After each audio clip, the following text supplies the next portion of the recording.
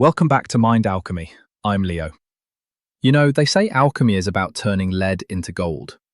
But on this show, we're after something much bigger. We're looking at how to turn a stagnant, stuck life into a brand new physical reality. Today, we're tackling a question I get hit with constantly. Why do we have to stay in the present moment to manifest? Most of us are trying to build a dream life while our heads are stuck in a bad memory from 5 years ago. But according to quantum physics, the universe doesn't respond to what you want. It responds to who you are being right this second. Maya is back with us to help us find the now. Maya, let's get into it.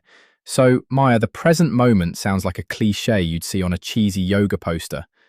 But Dr. Joe Dispenza talks about it like it's a biological requirement. Why is he so obsessed with it? Because most of us are literally living in the past without realizing it. Think about alarm clock, Leo.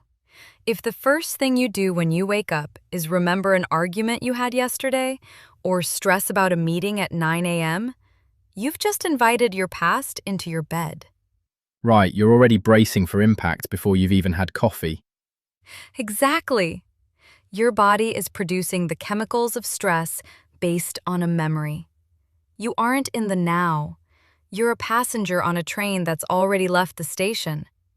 Dr. Joe Dispenza says that by age 35, 95% of who we are is just a set of these memorized programs. You're essentially a ghost haunting your own life, trying to fix a future using the energy of a version of you that doesn't exist anymore. That's a heavy thought, being a ghost in your own life. So if I'm haunting my life, how do I get back into the driver's seat? You mentioned a control room earlier. How do we actually step inside? Think of yourself like a video game character.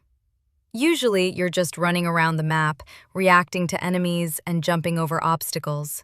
That's what I call the factory floor of life.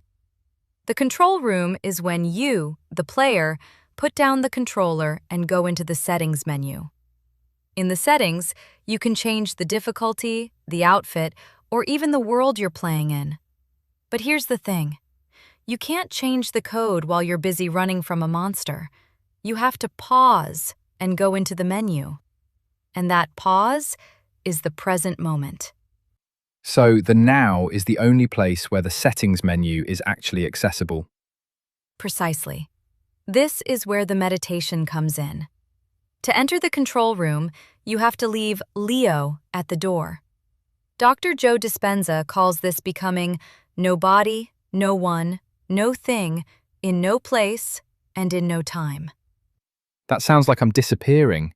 How do I actually do that? You do it by shifting your focus. Instead of focusing on your body, your problems, or your phone, you close your eyes and focus on the space. The vast, black emptiness behind your eyes. You sense the space the room occupies, then the space that the entire universe occupies. When you focus on nothing but space, your brainwaves slow down. You stop being a person with a story, and you become pure awareness. That's the 0 point. So it's like putting down the controller and going into the settings menu. Exactly. In that deep, quiet 0 point, you realize you aren't your name, your job, or your bank account. You aren't Leo with the debt anymore. You're the player. And because you've become no thing, you finally have the power to choose a different frequency for everything. Okay, so I've paused the game. I'm in the settings menu. How does me sitting there in the dark actually change the lead of my life into gold? It's all about the observer effect. Quantum physics shows that particles act like waves of possibility until someone looks at them. Think of your life like a dark room with a flashlight. The room is filled with everything imaginable: limitless wealth, vibrant health, or loneliness. Those are the quantum waves. Wherever you point that flashlight is the only thing that becomes solid to you. If you're stuck in the past, your flashlight is permanently pointed at your old problems. In the control room, you finally get to aim that light somewhere else. So I point my light at a new job or a new relationship. Is that it? Just look at it? You have to download it. Dispenza uses a 2-button system: clear intention and elevated emotion. Imagine your intention is like typing a web address into your browser. That's the thought. But if your Wi-Fi, which is your emotion, is disconnected because you feel stressed or unworthy, the page will never load. Gratitude is like having a 5G connection. It's the magnetic charge that pulls the experience to you. You have to feel gratitude now to signal the field that the event has already happened.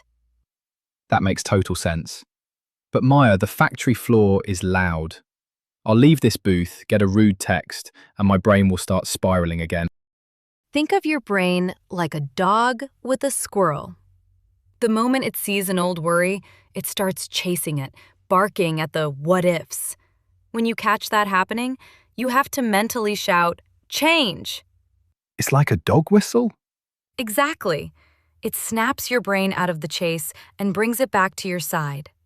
You might have to blow that whistle 50 times a day at first, but every time you do, you're pruning those old neural pathways. You're literally killing off the old Leo so the new one can be born. Man, that is powerful. It really is alchemy. Realizing that the lead of our past only stays lead as long as we keep looking at it. If you're listening to this and you feel like you've been haunting your own life, today is the day you go back to the control room. Become no body, no one, and no thing, and point your flashlight at something new.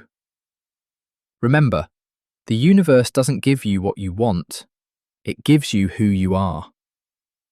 So who are you going to be in this next moment? Thanks for joining us on Mind Alchemy. If this episode shifted your frequency, subscribe and share the vibe. I'm Leo. Stay present, stay conscious, and I'll see you in the 0 point.